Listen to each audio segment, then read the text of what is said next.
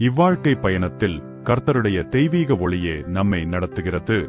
நம்மை சோதனைகள் அக்கினி போல் சூழ்ந்தாலும் அவை நம்மை அழிப்பதற்கல்ல, ஆனால் பொன்னாக சுத்தப்படுத்துவதற்காகவே. கர்த்தர் அனுமதிக்கும் ஒவ்வொரு சோதனையும் நித்திய கனமகிமைக்காகத்தான். இந்த உலகமே கிறிஸ்துவின் பயிற்சி நிலையம். நாம் நிலைத்திருந்து அவருடைய சித்தத்தின்படி நடக்கும் போது நம் முன் உள்ள வழி மேலும் மேலும் பிரகாசிக்கிறது. கர்த்தரால் அனுப்பப்படும் ஒளி நம்மை எதிர்கொள்கிறது. கர்த்தர் வாக்களித்த ஜீவ கிரீடம் நம்மை எதிர்நோக்கி காத்திருக்கிறது. வானவாசிகளும் நம்மை உற்சாகப்படுத்துகிறார்கள்.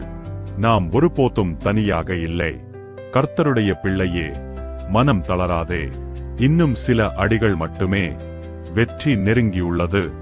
நம் ஆண்டவர் நம்மை வரவேற்க நிற்கிறார். சோதனையை சகிப்பவன் பாக்கியவான். அவன் உத்தமனென்று விளங்கின பின்பு கர்த்தர் தம்மிடத்தில் அன்பு கூறுகிறவர்களுக்கு வாக்குத்தத்தம் பண்ணின ஜீவ கிரீடத்தை பெற்றுக் கொள்ளுவான். யாக்கோபு 1:12. ஆமென்.